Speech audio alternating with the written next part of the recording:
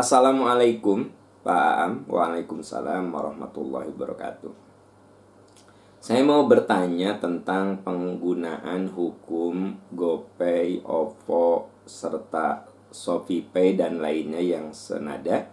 Ada yang mengatakan itu riba karena banyak potongan harga dibanding menggunakan metode pembayaran cash. Namun ada juga yang menyebutkan itu strategi perusahaan membakar uang. Saya belum tahu ilmunya, jadi saya bingung. Mohon penjelasannya. Ya,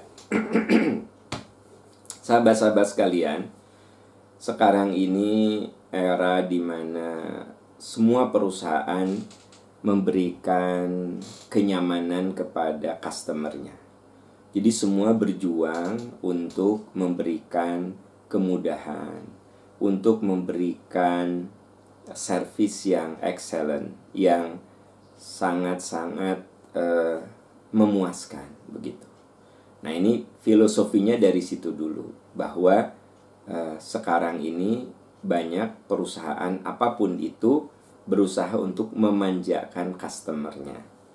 Dari mulai pembayaran yang hanya tinggal menggerakkan ujung jari, ya, sampai memberikan diskon, sampai memberikan reward, sampai memberikan hadiah, ya. Nah, jadi itu semua dalam sebuah frame untuk memanjakan pembeli, untuk memanjakan customer. Nah, salah satunya adalah memberikan diskon yang besar kepada orang-orang yang menggunakan pembayaran lewat e-money. Memang masalah e-money ini, pembayaran dengan cara yang tidak kasat mata, yang tidak cash, yang uangnya nggak kelihatan, ini merupakan sesuatu yang tidak ada pada zaman Rasul. Tidak ada pada zaman Rasul. Maka ini wilayah namanya ijtihad. Kalau ijtihad itu artinya sesuatu yang baru, lalu para pakar memikirkan ini boleh atau tidak. Makanya Anda bertanya ke ustadz manapun, ada dua jawaban. Ada yang mengatakan haram, riba, ya. Ada yang mengatakan ya itu sebenarnya keuntungan perusahaan yang dibagi dengan orang yang membeli. Jadi kalau untung saya sebut saja 100, nah saya nggak ngambil 100 semuanya. Saya bagi deh supaya customer saya loyal. Saya untungnya 100, saya kasih ke Anda 50. Jadi saya tidak rakus dengan cara mengambil semua keuntungan saya bagi. Nah, ada yang mengatakan itu adalah tetap haram, begitu, ya, karena kita nyimpen uang dulu. Jadi seolah-olah uang itu disimpan, lalu kita mendapatkan keuntungan dari penyimpanan uang. Nah, itu namanya riba. Jadi menyimpan uang, lalu oleh perusahaan kan pasti uang itu digunakan, ya. Sebut saja jadi modal sebenarnya. Karena kan kalau saya nyimpen top up misalnya 200.000, masuk ke rekening mana? Masuk ke rekening perusahaan itu. Ya. Nah, seolah-olah perusahaan itu kan dimodali oleh saya. 200.000, dari Anda 300.000. Nah, ini ada pelanggan dia itu ada 5 juta orang. Kebayang nggak berapa duit yang terkumpul? Nah, karena ada penyimpanan uang dan kemudian ada jeda waktu, maka itu namanya riba. Nah, itu pendapat pertama. Pendapat pertama mengatakan riba karena Anda nyimpen uang di perusahaan itu, ya. Lalu seolah-olah Anda mendapatkan bunga dari penyimpanan uang Anda melalui top up. Nah, logika itu melahirkan hukum yang namanya riba. Makanya beliau mengatakan haram, gitu loh. Nah, itu pendapat pertama. Makanya sampai sekarang ada yang mengatakan, berpendapat, bahwa pembayaran melalui e-money yang Anda sebut tadi itu hukumnya haram. Tapi pendapat kedua mengatakan tidak ada yang haram dengan itu. Karena ketika saya top up, saya tidak bermaksud untuk mendapatkan keuntungan, tapi itu untuk kepraktisan saja. Saya tidak perlu mengeluarkan duit-duit receh, ya, ribet. Apalagi di zaman sekarang kita dianjurkan untuk sedikit sekali meminimalisir kontak langsung gitu. Akhirnya saya top up. Jadi saya top up itu niatnya bukan mencari bunga, kan innamal a'malu binniyat, tapi untuk kemudahan, kepraktisan. Nah, lalu perusahaan tadi, kebayang sama Anda, saya top up 100, Anda 300 ribu, ini ada 2 juta orang. Berapa duit yang terkumpul? Nah, oleh perusahaan, sebut saja dia bagi hasil dengan kita. Ya, buktinya apa? Dia tidak memberikan janji apa-apa bahwa kita kalau top up sekian dapat untungnya sekian gitu.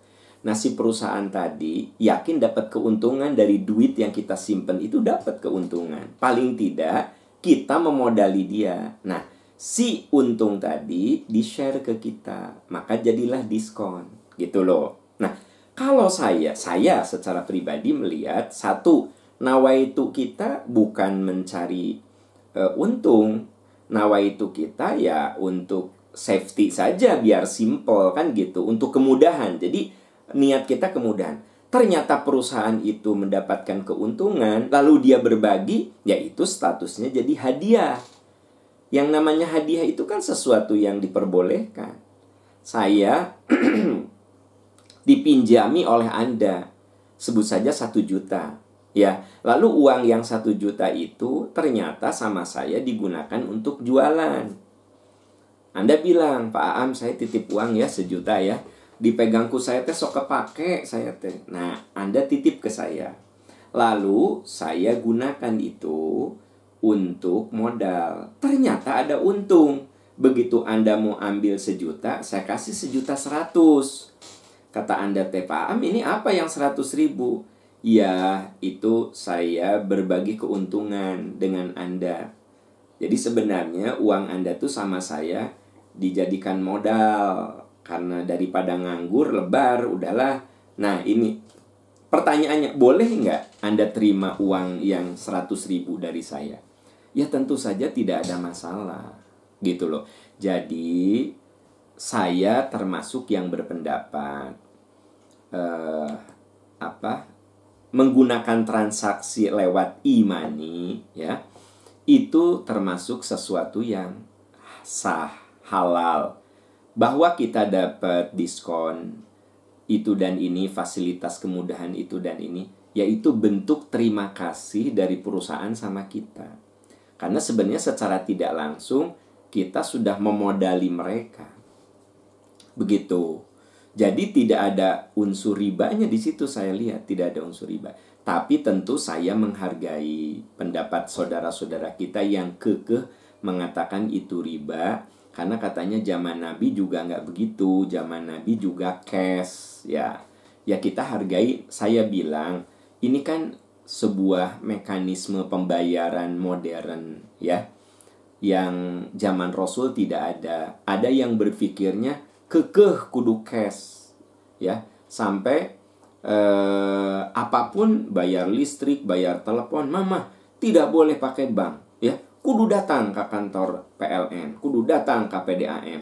Ada yang begitu sampai sekarang, karena alasannya yang namanya transaksi itu harus ada ijab qabul. Nah, kudu face to face. Nah, itu yang berpikir tradisional. Ya, namanya orang lah. Kita hargai saja kalau ada yang masih berpendapat begitu.